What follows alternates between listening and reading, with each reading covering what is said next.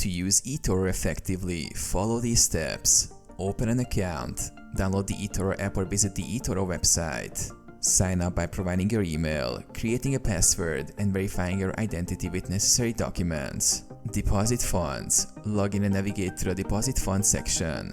Choose your preferred payment method. Enter the amount you wish to deposit and complete the transaction.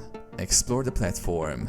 Familiarize yourself with the eToro interface. Key sections include markets, watchlist, and portfolio. Research and select assets. Use eToro's tools to research stocks, cryptocurrencies, ETFs, and other assets.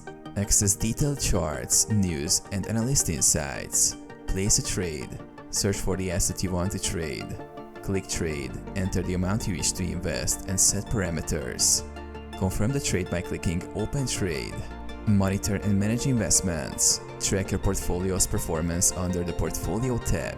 Adjust your trades and investment strategy based on performance and market trends. Copy trading.